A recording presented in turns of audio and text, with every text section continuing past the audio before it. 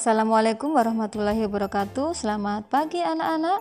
Bagaimana kabar kalian hari ini? Mudah-mudahan kalian dalam keadaan baik, senantiasa dalam lindungan Allah Subhanahu wa taala. Anak-anak, kali ini kita masih belajar pelajaran 8. Mari hidup sederhana dan ikhlas. Dan yang akan kita pelajari hari ini adalah mari ikhlas beramal. Baiklah anak-anak, sebelum kita belajar, kita berdoa terlebih dahulu. Bismillahirrahmanirrahim. Rabbi zidni ilma warzuqni fahma. Amin. Mari ikhlas beramal. Pernahkah anak-anak ketika bermain saat istirahat ada teman yang jatuh? Kemudian apa yang anak-anak lakukan? Ya, tentunya anak-anak menolong teman yang jatuh tadi ya. Bagaimana ketika kita menolong teman yang sedang kena musibah, misalnya jatuh tadi?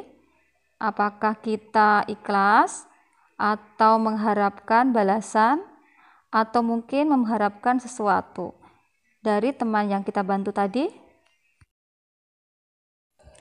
Tentunya tidak ya anak-anak. Ketika kita membantu seseorang yang membutuhkan bantuan kita tidak mengharapkan sesuatu balasan ataupun imbalan.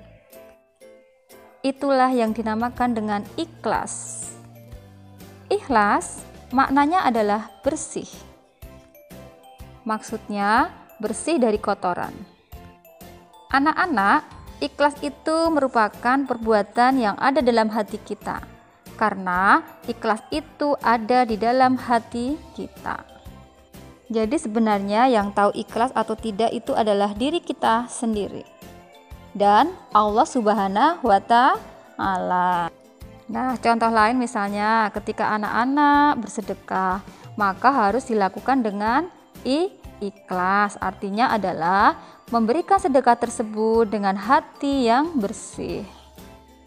Dan apapun yang kita lakukan itu semuanya kita niatkan untuk Allah Subhanahu wa taala. Karena perbuatan baik itu merupakan perintah Allah Subhanahu wa taala.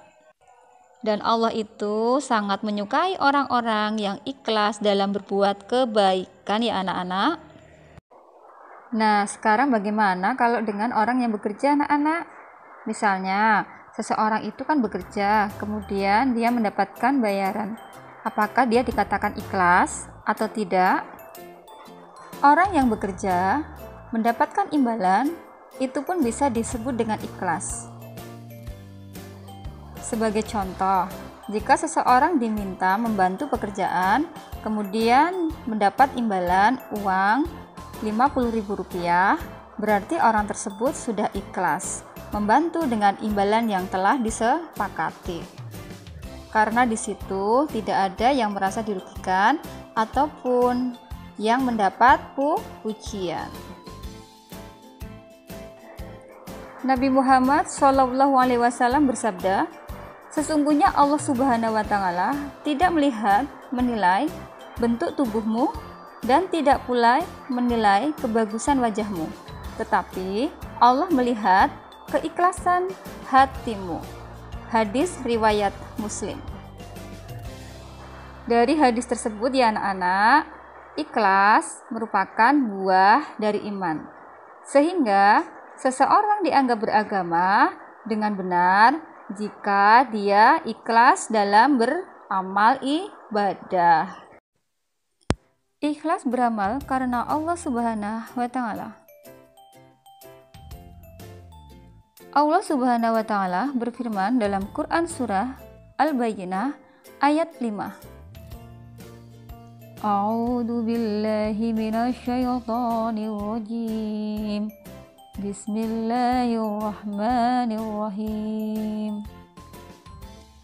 Wa ma umiru illa liya'budullaha mukhlisina lahuddin hunafa'a wa yuqimus salata wa yu'tuna zakata wa dzalika dinul qayyimah. Padahal mereka hanya diperintahkan menyembah Allah Subhanahu wa taala dengan ikhlas, menaatinya semata-mata karena menjalankan agama, dan juga agar melaksanakan sholat dan menunaikan zakat. Dan yang demikian itulah agama yang lurus, benar. Dari ayat tersebut dikatakan menyembah Allah Subhanahu wa Ta'ala dengan ikhlas. Artinya apa, anak-anak? Ya, artinya ketika kita melakukan ibadah sholat itu harus dengan ikhlas karena Allah Subhanahu wa Ta'ala. Nah, bagaimana anak-anak ketika kita sholat tetapi kita tidak ikhlas? Artinya kita ingin dipuji. Kalau seperti itu, maka sholatnya termasuk ibadah yang tidak ikhlas.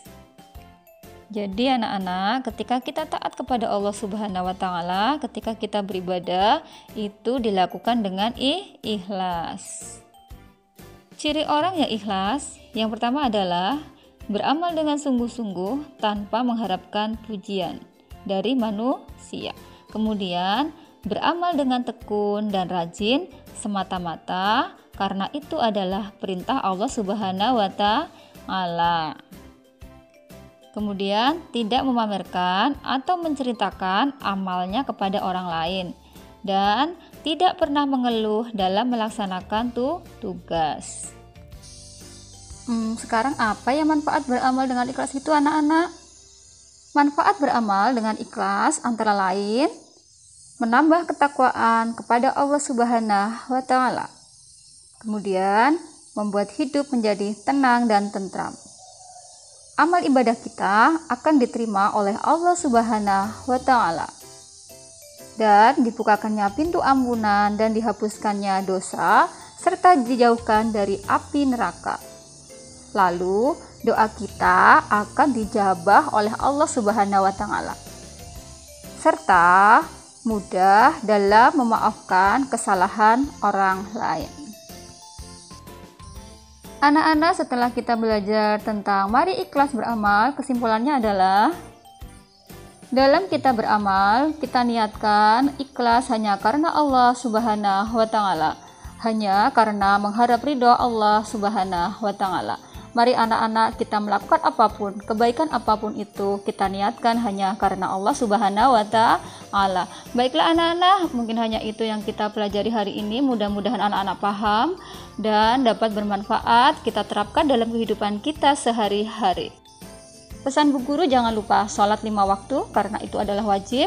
Cintai Allah, cintai Rasulullah, sayangi kedua orang tua kalian, kakak dan adik kalian. Terima kasih banyak. Wassalamualaikum warahmatullahi wabarakatuh.